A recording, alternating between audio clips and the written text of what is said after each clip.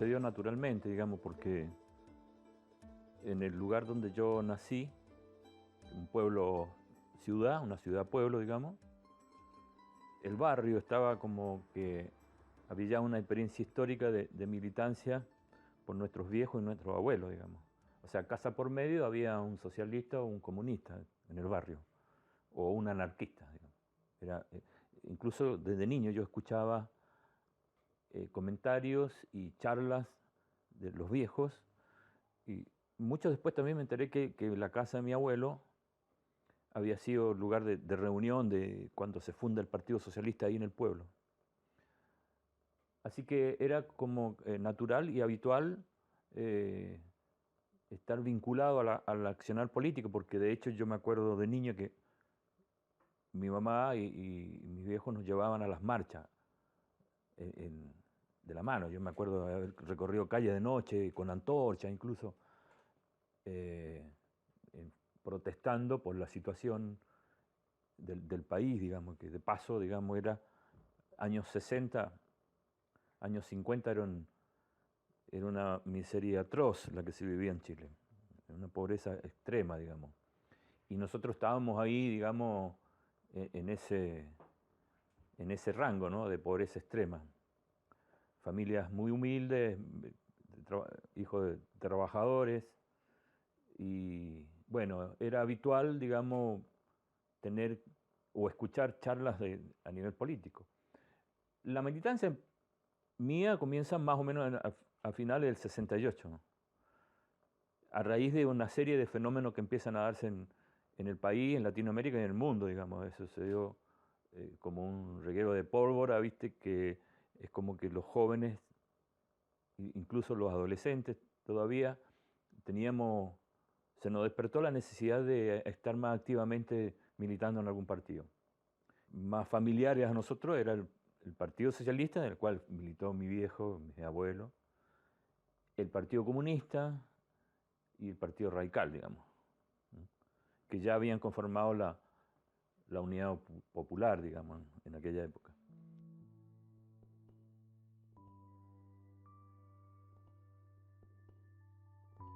Yo empecé a militar en San Vicente de Tahuatahua, que es un departamento de la provincia de O'Higgins en aquella época, en la sexta región.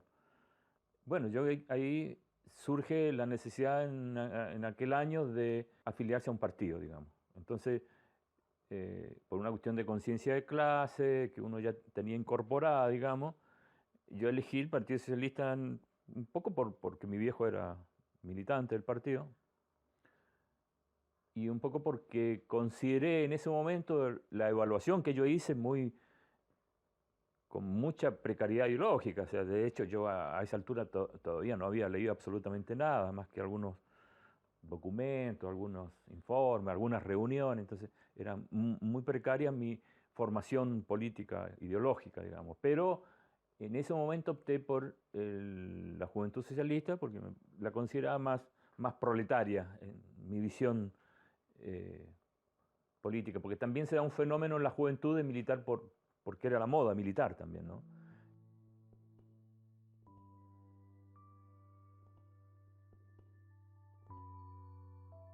Cuanto a política internacional, estaba el fenómeno de la guerra de Vietnam, digamos, ¿no? Estaba el movimiento, el hipismo, digamos, como una cuestión que a nosotros nos impactó mucho porque estábamos en la adolescencia, digamos, de sentirnos identificados con las cosas que eran de protesta, digamos, ¿no? La necesidad de protestar contra el sistema, y de tener una cierta ilusión o esperanza de conquistar el poder. O sea, empieza a surgir en los jóvenes la necesidad y de ver que el poder podía ser algo factible en Chile, y generar un proceso revolucionario. Porque además, digamos, había todo un movimiento de la clase trabajadora emergente, importante, digamos. Había cientos y cientos de huelgas, cientos y cientos de movilizaciones todos los días. Había un proceso importantísimo de tomas de terreno para construir poblaciones. la gente se organizaba para tomar terreno y construir sus casas, digamos.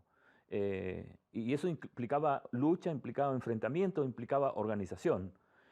Y empieza una gran lucha desde el campo también, los campesinos empiezan a reclamar por sus tierras, digamos, porque ya había habido una experiencia de reforma agraria en los años 50, entonces es como que la injusticia y el sentido feudal que tenía la tierra en Chile en aquel momento generó una gran resistencia de los campesinos que querían las tierras, ¿no? Y entonces también empiezan las tomas de latifundio y, y bueno, todo se da con mucha efervescencia, digamos, en aquellos años 60, ¿no? Además estaba el Mayo francés, estaba todo lo de la Revolución Cubana, toda esa información nos llegaba, porque nos llegaba, digamos, a través de prensa que nos llegaba, documentos que nos llegaban, y nosotros estábamos ávidos de eso porque era el único medio con el cual nos podíamos informar. Entonces, y circulaba boca en boca o debajo del brazo siempre alguna prensa, algún documento o algún afiche que te estimulaba o te instaba a ser protagonista de ese momento histórico.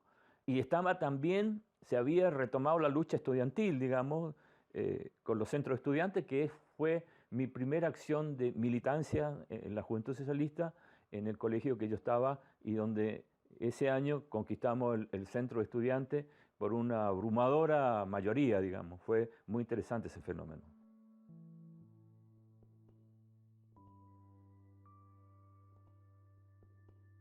Los trabajos voluntarios estaban organizados desde la Federación de Estudiantes Universitarios, ¿no?, en Santiago, y, y tenía un cierto respaldo desde el gobierno en el sentido de que el gobierno aportaba la movilización, el tren y algunos elementos para ir hacia el sur o ir hacia el norte a hacer trabajo en las comunidades, que tenía que ver con información sobre el tema de salud, el tema de construcción de puente o construcción de barrios o construcción de junta de primero auxilio, de uniones vecinales, todo lo que era prácticamente inexistente en el sur, en algunos pueblos. Nosotros los estudiantes íbamos a aportar, a trabajar durante todo el verano y se formaban campamentos en distintos lugares del sur de Chile. Entonces, eso también era parte de una gran discusión y de un gran debate interesantísimo en el aspecto político y también en el aspecto cultural, digamos, porque se movilizan no solamente los técnicos, los estudiantes, los médicos, los que tenían algún oficio, sino también los artistas. Todos los artistas se incorporan a ese trabajo y van recorriendo los distintos campamentos, haciendo obras de teatro, recitales, enseñando música, bueno, etcétera, etcétera. Era algo interesantísimo en ese sentido, que te alimentaba y te daba elementos para seguir con mucho más entusiasmo el tema de la militancia. Era casi como una vergüenza no ser militante en aquel momento, ¿no? Los jóvenes empezaron a ver ese aspecto de la política e incorporarse a como fuera lugar a participar de algo.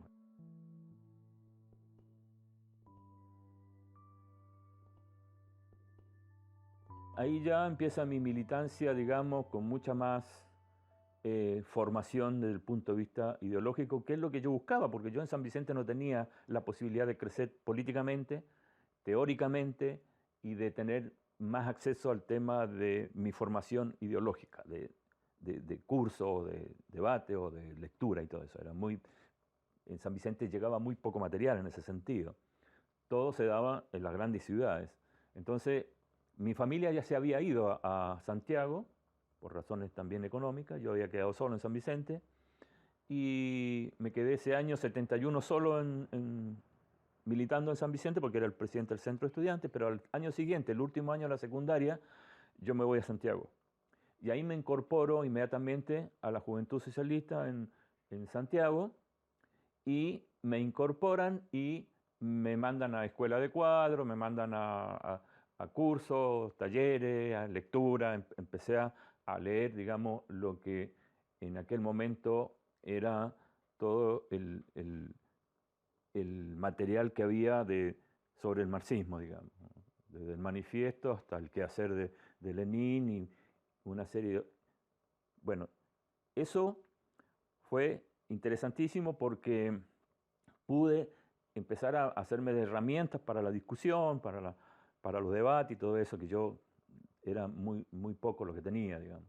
Y empecé también a trabajar en el centro estudiante y me incorporé al 100% de la militancia, digamos. Toda mi vida estuvo centrada, ese año 72 fue muy convulsivo el tema del fenómeno que se estaba dando por la Unidad Popular y el gobierno en Chile, porque cuando por el lugar donde yo militaba, que era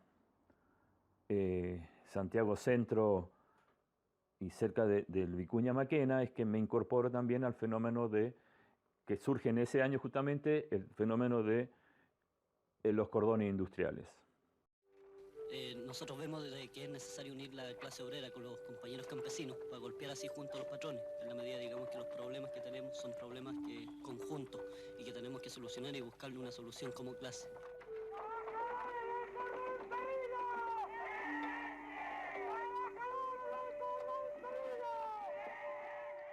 Los cordones industriales surge a partir de la necesidad de generar una herramienta de autodefensa de ese proceso que se estaba dando en Chile, que era el proceso de la Unidad Popular, pero que el gobierno en sí no podía garantizar, ni los partidos tradicionales que conformaban la Unidad Popular podían garantizar, digamos, como elemento de autodefensa, ¿no? Y como elemento de profundización de ese proceso revolucionario que se estaba dando. Entonces existía, en primer lugar, una CUT que era dirigida por el Partido Comunista, que no respondía a todas las necesidades que la clase trabajadora sentía como forma de autodefensa de todas las conquistas que los trabajadores habían tenido hasta ese momento. Entonces los cordones industriales surgen a partir de una cuestión geográfica y estratégica en el sentido de que habían en distintos puntos de Santiago que convergían al centro de Santiago o que partían desde el centro de Santiago hacia la periferia, enormes cantidades de industrias, por ejemplo, en una carretera, en una ruta, y que estaban vinculadas entre sí, digamos. O sea, eran industrias una al lado de otra, y eso posibilitó la coordinación y la unidad de los trabajadores en ese sentido, que habían decidido, aparte del programa que la Unidad Popular contemplaba, que era la expropiación de algunas industrias, los trabajadores deciden tomar todas las industrias que comprendían esos cordones industriales, ¿no? Porque consideraban que eso tenía que estar en manos de los trabajadores. Entonces eso implicó un paso muy importante, porque además estaba el gran debate con el Partido Comunista que dirigía la CUT. Entonces surge la contradicción de que no podían haber dos direcciones de la clase trabajadora. Por un lado los cordones industriales y por el otro lado la CUT. Fue en ese entonces que también se genera un gran debate, importantísimo debate, entre quiénes deberían conducir la CUT, ¿no? Históricamente siempre la conducción de la CUT estuvo en manos del Partido Comunista, pero ese año se da un proceso electoral y de gran lucha y debate en la clase trabajadora para dirigir la CUT y tener además esa herramienta también como una cuestión política importante para los trabajadores. Entonces ese año se logra por primera vez en la historia de Chile ganar la CUT.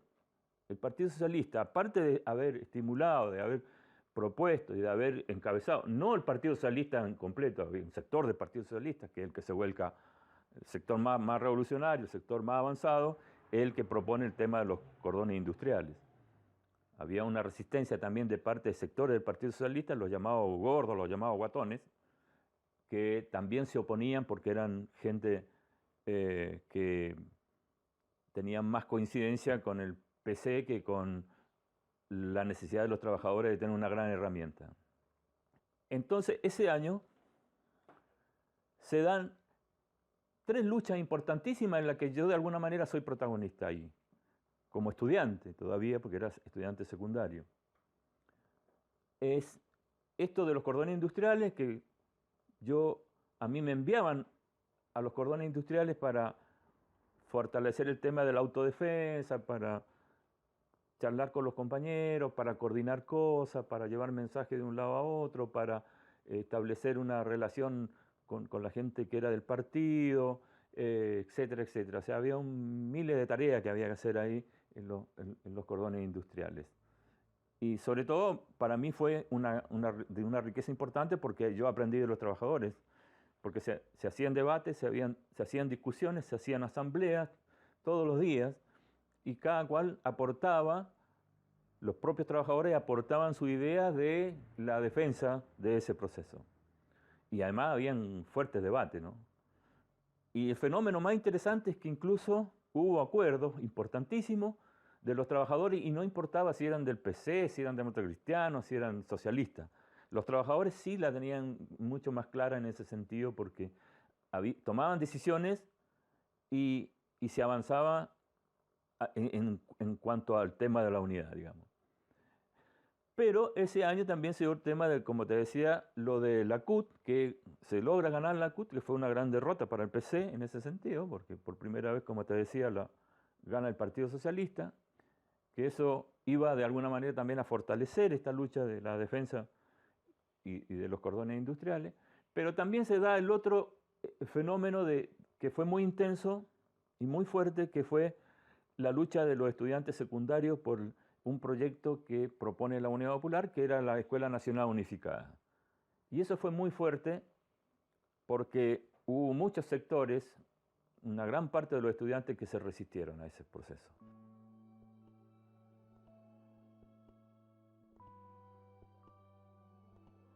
El proyecto fundamentalmente contemplaba la eliminación de la escuela privada, digamos.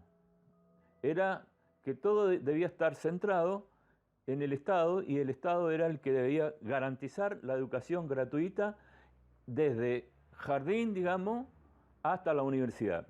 Por eso se llamaba Escuela Nacional Unificada. Cosa que obtuvo una resistencia feroz de los sectores de derecha y de los sectores medios a ese proyecto, digamos. Fue feroz la lucha que se dio con eso. Y en la calle, había que estar todos los días en la calle peleando por eso, porque había enfrentamientos todos los días. Fue una lucha muy, muy fuerte, y el gobierno tuvo que desistir de ese proyecto porque la reacción no solamente de la derecha y la ultraderecha, sino de sectores medios que no entendieron el fenómeno, que no estaban preparados para entender el fenómeno, el proyecto, fue un gran desgaste, digamos. Un gran desgaste esa lucha de la Escuela Nacional Unificada. Así que había que estar, digamos, en esas tareas que fueron muy exigentes, muy intensas, y bueno, se iban mezclando cosas, porque había que estar a veces en la mañana en el cordón industrial y a la tarde había que estar en la asamblea del estudiante secundario, o a la noche haciendo de seguridad en alguna industria que había sido tomada por los trabajadores y que había que colaborar con la autodefensa, porque había atentado permanente, digamos, contra la industria. El problema del transporte, en ese momento empiezan a haber desabastecimiento, y bueno, era todos los días algo, tareas nuevas, tareas que te exigían prácticamente no dormir en toda la noche, ¿no?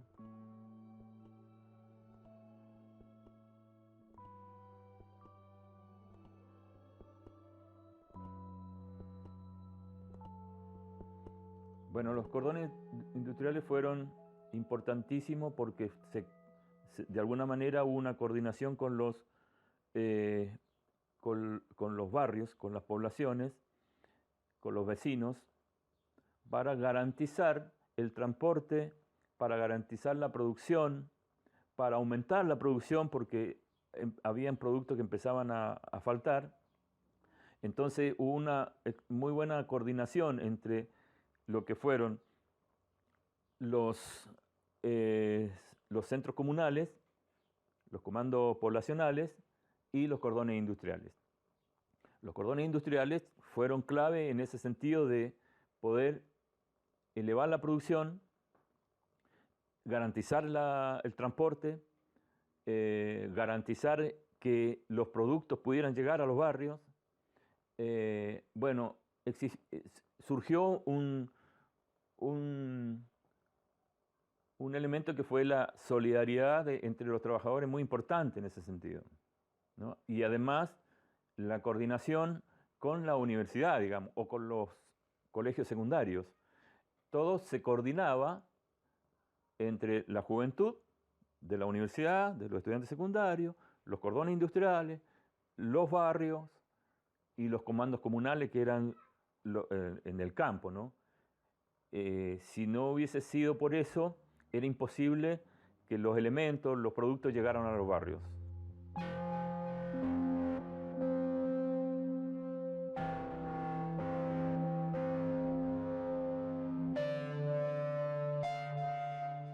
Bueno, en la industria que a mí me tocó participar, se hacían asambleas con la participación de todos los trabajadores, o la gran mayoría de los trabajadores, de los turnos que habían, porque habían turnos en algunas industrias, y de ahí se elegían los delegados, digamos.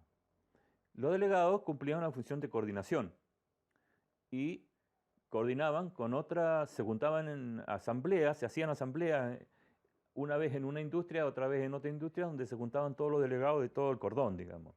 Y a su vez habían también una interrelación con los otros cordones industriales, porque había una cuestión muy importante que era el tema de cómo enfrentar el tema de la producción, para satisfacer la necesidad de la gente que estaba requiriendo, que necesitaba, que habían productos urgentes y otros de no tan urgentes, digamos, que habían productos que era necesario aumentar la producción porque además se daba el fenómeno de que la clase obrera, los trabajadores, habían aumentado su poder adquisitivo, por lo tanto también consumían más y eso implicaba un gran compromiso para poder resolver ese problema de abastecimiento.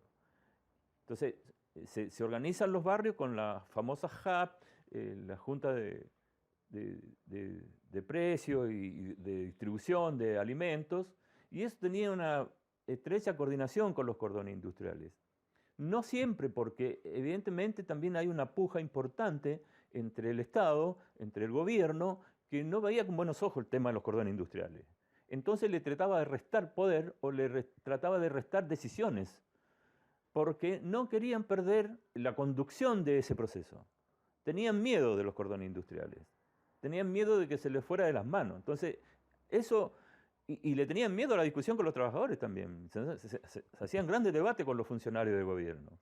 Algunos funcionarios sí entendían y se ponían a la cabeza del proceso, pero otros funcionarios no. ¿Por qué? Porque había presiones importantísimas de parte, sobre todo del PC, pero no solamente del PC, digamos, sino de sectores incluso del Partido Socialista, que también se resistían a eso, porque no querían cortar relaciones con el Partido Comunista. O sea, era una cuestión... un debate interno de cada una de las organizaciones y eso de alguna manera se podía discutir a fondo en la industria, dentro de la industria. Pero ahí la discusión era muy democrática porque se terminaba aprobando lo que todos, la mayoría y todos se ponían, digamos, al servicio de lo que se había votado. Las decisiones eran tomadas en conjunto. Y no importaba, como te decía antes, si eran del PC o si eran socialistas o si eran radicales o independientes. Era mucho más democrático la cosa, porque se daba esa posibilidad y porque además estaban viviendo la realidad. O sea, los trabajadores solo estaban padeciendo, viviendo la realidad respecto a otros trabajadores y donde habían más necesidades. Entonces, si había que asistir, apoyar una industria donde las compañeras de Monarch, me acuerdo que hubo un gran debate por eso. También se tomaron Monarch, que era una fábrica de lencería y de cosas, de prendas de mujer, y donde las compañeras van y a la dirigencia de los cordones industriales o a los cordones industriales mismos a exigir ayuda, apoyo, digamos. Entonces se tomaba la decisión de ir a apoyar ese proceso. O había otra industria donde había necesidad de incorporar nueva maquinaria para poder aumentar la producción porque hacía falta fabricar más harina, qué sé yo, o elaborar más alimentos, ¿no? Era prioritario eso. Y además se enfocó la producción, sobre todo la producción metalúrgica, la producción de cristales, etcétera, etcétera, en función del proyecto de construcción de barrios y de casas a nivel popular, digamos. Entonces también hubo un gran avance en ese sentido. Había no solo aportes, sino ideas de parte de los compañeros de los cordones industriales que daban impulso a esa necesidad, requerimiento de los trabajadores. Eso fue un gran nivel de conciencia en ese sentido, porque se profundizó la necesidad de resolver, en primer lugar, la necesidad de los trabajadores y de los pobladores, digamos. Había muchas tomas de terreno con casas muy precarias y que era necesario resolverle el problema del techo, de la construcción, digamos, o de la cloaca, o de los artefactos elementales para sostener una casa, digamos. Entonces, la producción también se enfocaba en función de eso.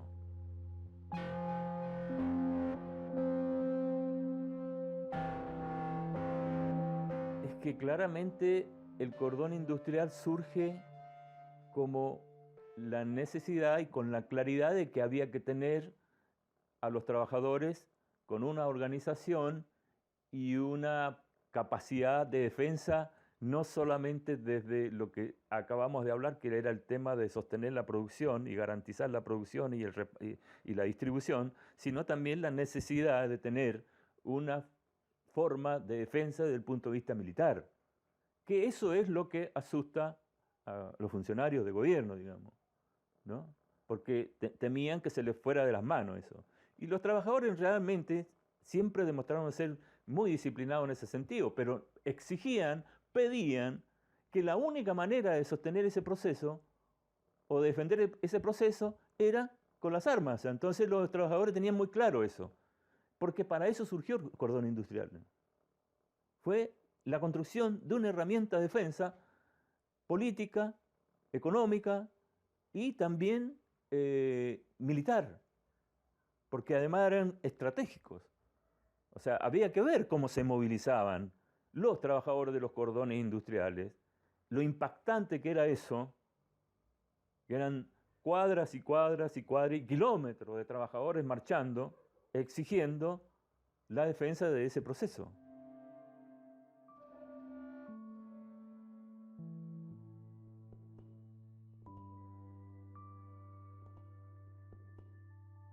Porque el gobierno se confió de que había sectores dentro de la Fuerza Armada que no se iban a animar al golpe. De hecho, ese primer intento participan, incluso hasta Pinochet participa defendiendo el gobierno democrático, digamos.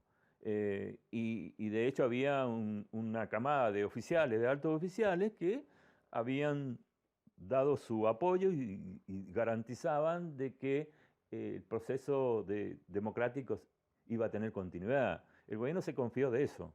Y de hecho, cuando se produce el golpe de Estado, tuvieron que destituir las cabezas de los máximos generales del ejército, de la armada, de carabineros y todo eso. Y además tenía miedo, o sea, realmente el gobierno tenía miedo de que los trabajadores realmente estuvieran a la cabeza de ese proceso. No confiaron en los trabajadores, ese fue el problema, no confiaron en los trabajadores.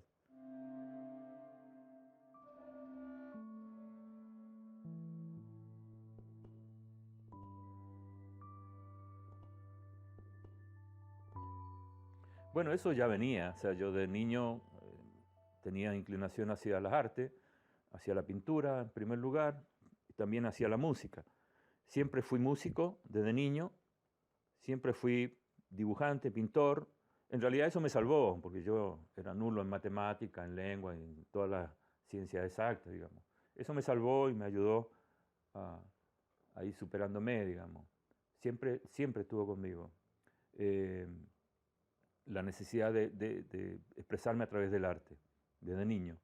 Por lo tanto, también eso acá me dio la posibilidad de que lo que no pude hacer en Chile, que en realidad yo había rendido la prueba para cuando termino la secundaria, rindo la prueba de actitud académica y saqué muy poco puntaje en las materias de lengua y matemática, digamos. Pero saqué uno de los más altos puntajes en la prueba específica de arte. Entonces yo entraba directo a la Escuela Superior de Arte en Santiago. Pero por una cuestión de partidaria, digamos, consideraron que yo tenía que irme al sur y estudiar una carrera que poco tenía que ver con lo mío, porque era más la necesidad de cumplir mi trabajo de militancia, cosa que yo entendí y acepté. Digamos. También cuando termino la secundaria me ofrecen becas para irme a Europa, ¿no? El año 72, a finales del 72, cuando yo termino la secundaria, me ofrecen 2 becas. El partido. Me mandaban a la Unión Soviética o a Rumania, digamos, a estudiar una carrera técnica, 3 años o 5 años. Cosa que lo evalué también con mi compañero de la... porque eso era toda una discusión también. Cuando yo les planteo esto a mi compañero de la 10ª comuna, me dicen, no, dice, porque te vas a aburguesar, dice, no te vayas y acá hay mucho que hacer, no te vayas. Bueno, tomé la decisión de no irme, de no aceptar esa beca.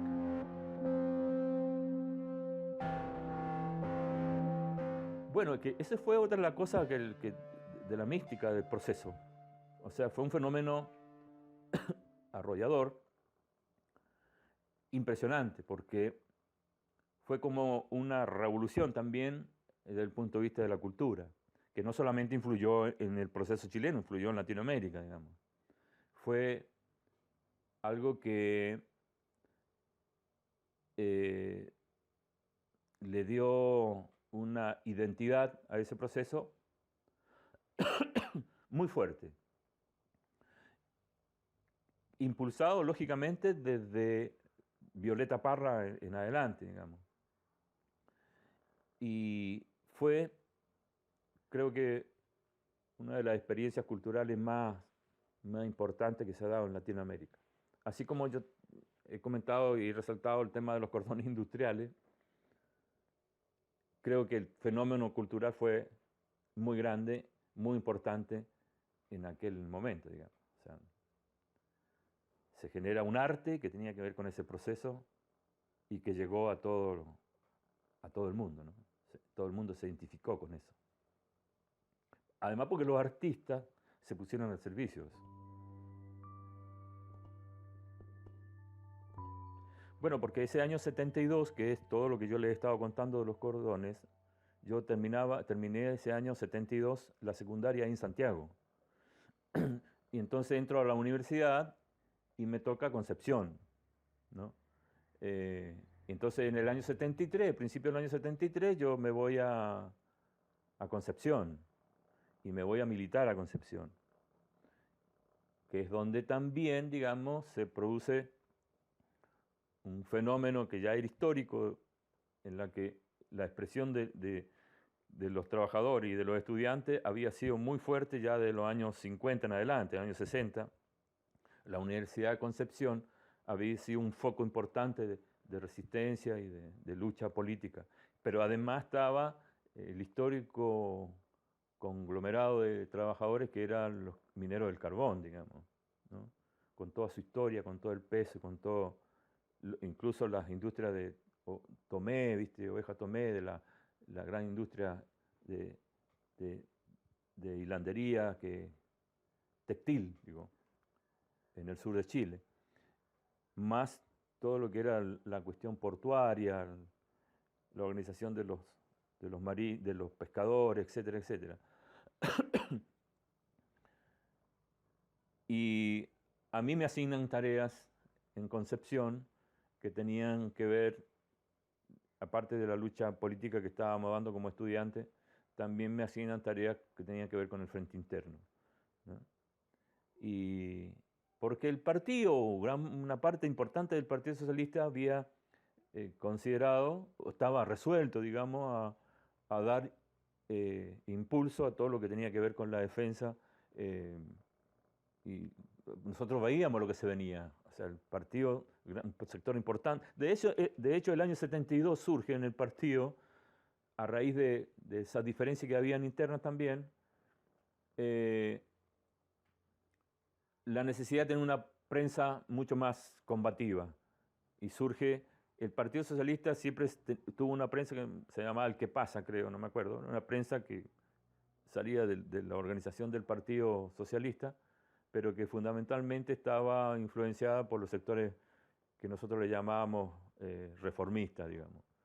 Eh, entonces la juventud resuelve generar su propia prensa, que fue la prensa, la Aurora de Chile, digamos, la prensa de la juventud. Y ahí es donde se empieza a impartir, digamos, una política mucho más revolucionaria, mucho más avanzada y mucho más acorde a lo que la clase obrera en ese momento estaba necesitando.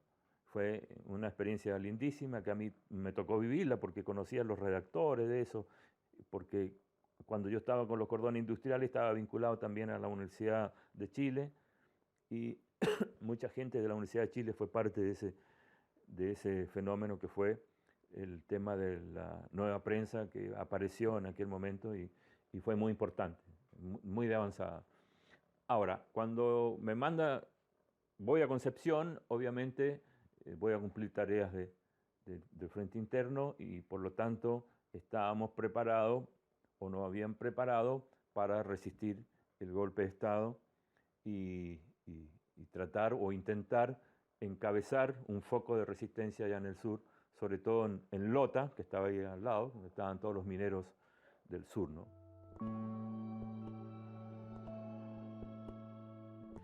Hubo resistencias en la mayoría de la industria, pero incluso hubieron industrias que tuvieron varios días resistiendo. Pero la mayor resistencia ha sido en los barrios. Por eso tuvieron que avanzar sobre los barrios, incluso bombardear algunos barrios. Y en los cordones industriales, bueno, a mí me tocó perder compañeros que cuando yo estaba en Concepción se enfrentaron al ejército desde los cordones industriales y fueron abatidos, digamos, ¿no? y prisioneros, la gran mayoría, y ahí nos tocó perder muchos compañeros, que fue una de las pérdidas más grandes de la juventud socialista, porque muchos incluso interventores de esas industrias eran gente de la universidad, estudiantes o gente avanzada que para poder resolver esos problemas de atender cada una de esas industrias que habían sido expropiadas, era mucha gente joven, digamos, y militantes jóvenes y gente muy interesante que la perdimos, digamos.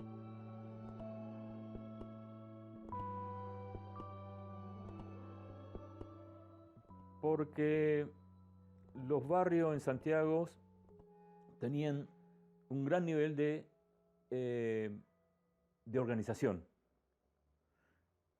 Y fueron las familias.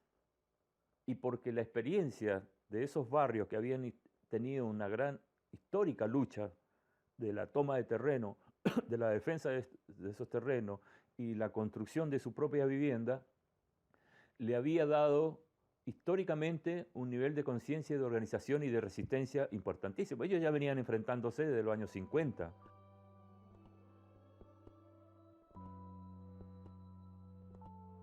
Bueno, fue un impacto grande porque éramos, los hermanos, todos militábamos. Mi hermano mayor militaba en el MIR, ¿no?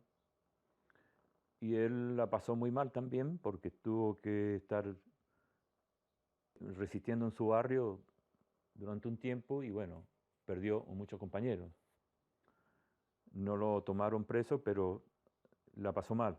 A mi otro hermano lo llevan preso, a uno de mis hermanos lo llevan preso cuando a mí me van a buscar, ¿no? Que también fue torturado, golpeado y quedó muy afectado, a pesar de que lo largaron y se salvó de esa situación. Los más chicos militaban, no les pasó nada, eran militantes de la Juventud Comunista y bueno, eran chicos todavía.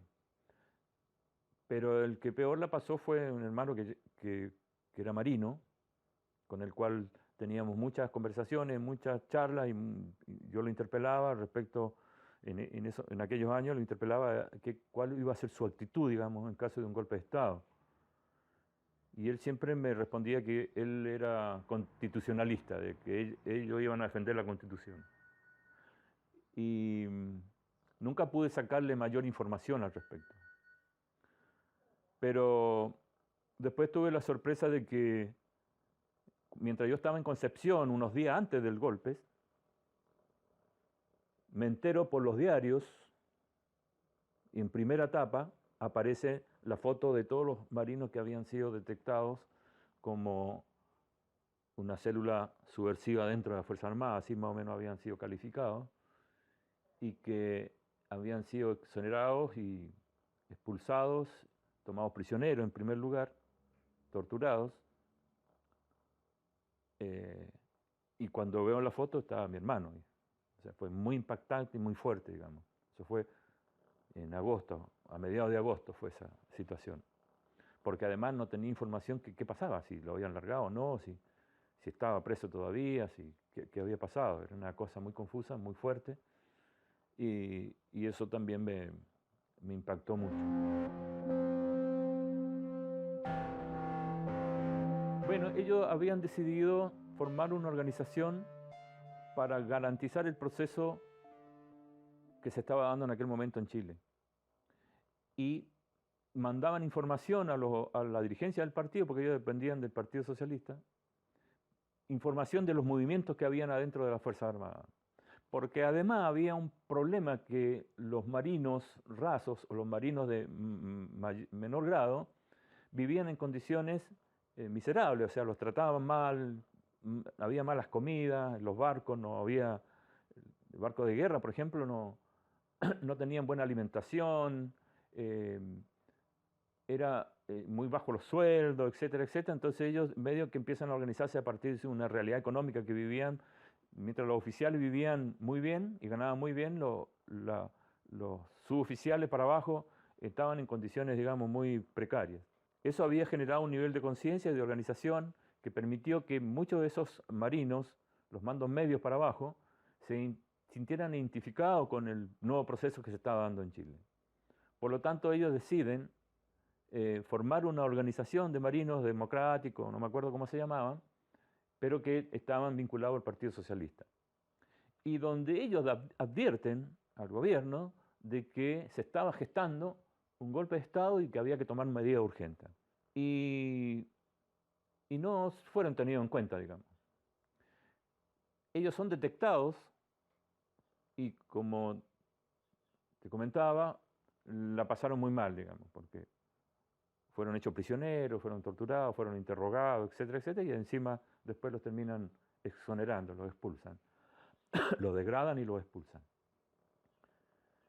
Eso fue un golpe fuerte también, para la familia, para mí, para todos, ¿no? Previo al golpe, fue el primer golpe. Y de hecho, el comandante en jefe de la Marina era un constitucionalista, o sea, lo tuvieron que destituir, como fue el primer destituido del golpe de Estado, digamos. Pero pasa un poco lo mismo que pasó con los cordones industriales, ¿viste? Que el gobierno no confió de los trabajadores, en la organización de los trabajadores, y no confió tampoco en aquellas bases de los marinos, digamos, de mandos medios para abajo, digamos.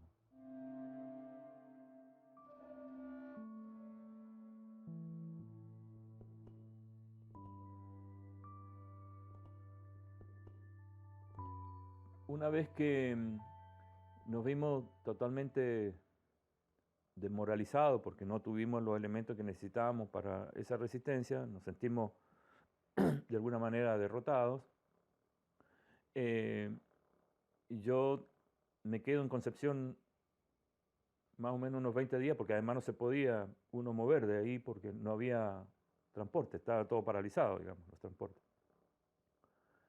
Me quedé clandestinamente un tiempo ahí, refugiado, hasta que se da la posibilidad de que yo puedo viajar a Santiago conectarme con mi familia, que no sabía nada de mí tampoco, yo tampoco sabía nada de ellos, no había comunicación.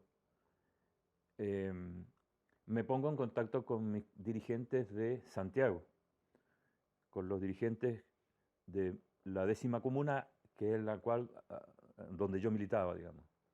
Entonces ahí evaluamos la situación mía y el partido decide que yo me tengo que ir del país, ¿no?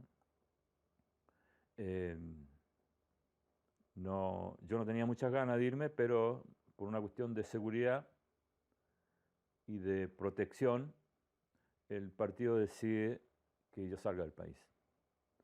Entonces me ofrecen la posibilidad de exiliarme en una embajada, cosa imposible porque estaban todas bloqueadas, estaban todas vigiladas y estaban colapsadas además. Así que decido salir del país, así arriesgándome legalmente, digamos. Tuve suerte, no estaba todavía pedido por la justicia, así que alcancé a salir. Pero al poco tiempo, a los días, a mí ya empiezan a buscarme, sobre todo en San Vicente, mandan 2 camiones del ejército a buscarme a mi casa y ahí detienen a un hermano y a un tío y bueno, un montón de gente del barrio, se lo llevan y ahí empieza mi pedido de captura, digamos. Pero por suerte yo ya estaba acá, ya estaba en Mendoza y estuve 4 o 5 años sin poder volver, digamos. Bueno, eso, por eso me vengo acá a Mendoza, cosa que yo también intuía que era peligroso Mendoza, porque estaba muy cerca de Chile y sabía que había la necesidad de estos tipos de tener controlada Mendoza en ese sentido. Era peligroso. Me ofrecen irme a Europa exiliado también, a través de los refugiados, y ponerme en contacto en Francia o en Holanda, con compañeros del partido allá, dirigentes, y me vi en la disyuntiva de tomar una decisión, o quedarme acá en Mendoza, rechazar esa oferta de irme, o irme o quedarme acá en Mendoza, aún a pesar del riesgo. Bueno, tomé la decisión de quedarme.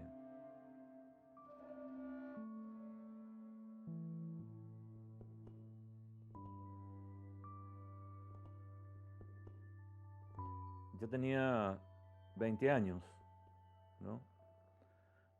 A mí me afectó mucho el tener que dejar mi familia. Y sabía que a mi familia también le afectaba mucho eso. Entonces decidí quedarme acá en Mendoza porque era un punto en el cual podíamos tener algún contacto, que alguien pudiera viajar para acá, o algún día yo poder regresar más fácilmente. Y además porque estaba desmoralizado, es decir, encima de estar desmoralizado, irme a Francia, irme a Holanda, que no vaya a saber, qué sé yo, no. Y tuve la suerte de que acá me acogió una organización política y me ayudó. La solidaridad que se había generado acá en Mendoza, en el país, fue muy importante, digamos, de organizaciones políticas que estaban dispuestas a apoyarnos y ayudarnos, digamos. Es más, me ofrecen una casa, me ofrecen una familia, me ofrecen trabajo, me ofrecieron todo. Y eso también fue un factor importante, digamos, porque es como que yo conocí gente que pensaba igual que yo y que estaban dispuestos a apoyar y a jugarse por la situación que había en Chile. Y a raíz de ese contacto político que yo empiezo a colaborar con esas organizaciones que me acogieron en una primera instancia y empiezo a militar acá. Entonces esa fue otra decisión también. Dije, bueno, ahora voy a militar, pero voy a militar acá. Porque un compañero del partido, dirigente también, con el cual yo me vine acá a Mendoza, me dice, bueno, si vos te quedás acá en Mendoza, vas a hacer el contacto del partido acá en Mendoza, ¿no?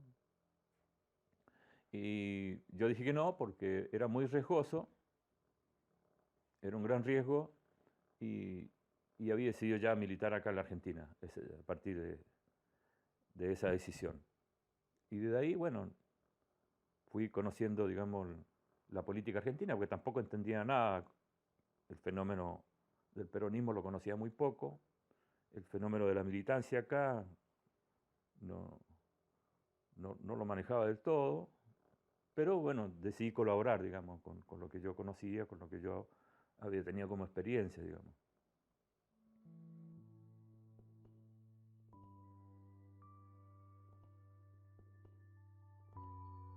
Bueno, fue difícil porque había que adaptarse a una realidad eh, que sin la familia, sin los amigos, sin los afectos, sin el paisaje, sin, sin la lluvia, decía yo, porque una de las cosas que más he extrañado en esta provincia era la lluvia.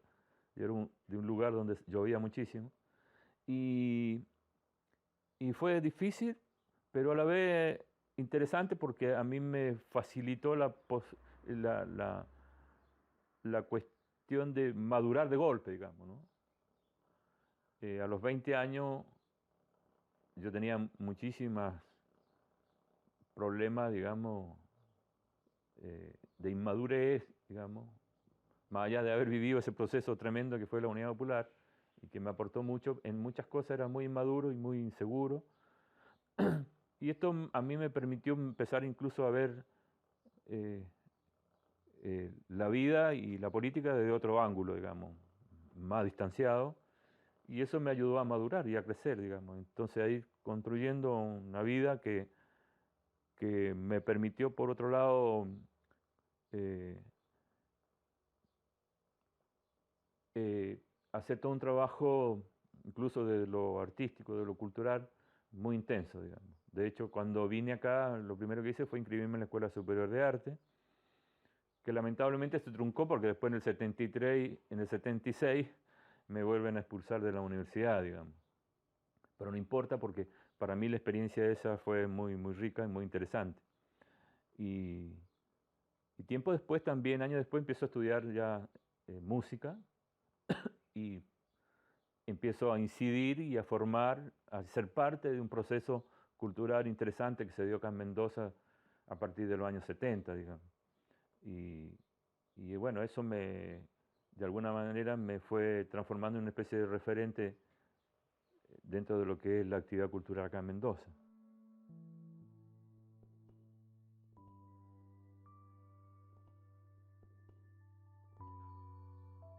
Claro, es decir, mi experiencia familiar comienza cuando conozco a Nora, mi compañera, y decidimos formar eh, una pareja que de alguna manera también en una especie de referencia en lo político, en lo cultural, porque Nora es una reconocida escritora y una reconocida militante gremial primero y después una militante política, digamos. Entonces se conjugaron cosas que, que fueron muy ricas en ese sentido y, y bueno, para muestra lo que estamos viviendo, ¿no? Que nuestra familia, de alguna manera, toda participa de un proceso político interesante y que tiene que ver con la construcción de una nueva política desde la izquierda, del trotskismo. Y, y en ese sentido también quería aclarar este tema del trotskismo, porque el trotskismo en mí es una cuestión tardía, porque en Chile no hay en aquella época no había un fenómeno del trotskismo eh, visible, digamos. Se mencionaba la figura de Trotsky, algunos militantes tenían lectura al respecto, pero no era algo masivo, no era algo que se difundía y que fuera de mayor conocimiento. Y donde también tuvo mucha influencia el estalinismo, pero fundamentalmente en los sectores más avanzados tuvo mucha influencia el guevarismo, digamos. Eh, yo fui parte de esa corriente, digamos, influenciada por el guevarismo en el Partido Socialista, en la Juventud Socialista fundamentalmente. Y más allá de ciertas sugerencias que alguna vez me hizo un tío, que me dice, y me sorprendió, porque ese tío era un viejo militante del Partido Socialista, me dice, mirá, dice, hay que leer a Trotsky. Fue la primera vez que a mí me mencionaron concretamente a Trotsky, y ese tío era un tío que yo, para mí era un referente político importante, pero la primera vez que me hablan de Trotsky es ese tío con un libro en la mesa, me dice, mira, dice, hay que leer a Trotsky. Fue lo único que recuerdo fuerte de Trotsky, ¿no? Y que incluso tenía información de que en el MIR, el Movimiento de Izquierda Revolucionaria, que había en aquel momento, guevarista también, pero había ciertos grupos dentro del MIR que levantaban la figura de Trotsky. Pero así, digamos, muy livianamente, lo miraba yo y lo escuchaba desde mi ignorancia en ese sentido. Y bueno, es acá donde después yo empiezo a entender ese fenómeno que fue la Unión Soviética con mucha más profundidad, y empiezo a través de mis propios hijos, lógicamente, a tener más información de lo que había sido realmente y lo que es el fenómeno del trotskismo. De todas maneras, yo siempre me consideré una persona de izquierda y un revolucionario, y creo que no encuentro en mi militancia pasada contradicciones respecto a lo que debe ser un militante revolucionario, ¿no? Más allá de los errores, de las desviaciones y de la destrucción de los partidos en los cuales yo fui parte de militancia, ¿no? Pero fue una etapa de crecimiento a través del tiempo, ¿no? Creo que un revolucionario nunca termina de formarse, además. Siempre van apareciendo cosas nuevas y siempre hay cosas para revisar y descubrir y incorporarla, digamos, a la realidad que uno está viviendo.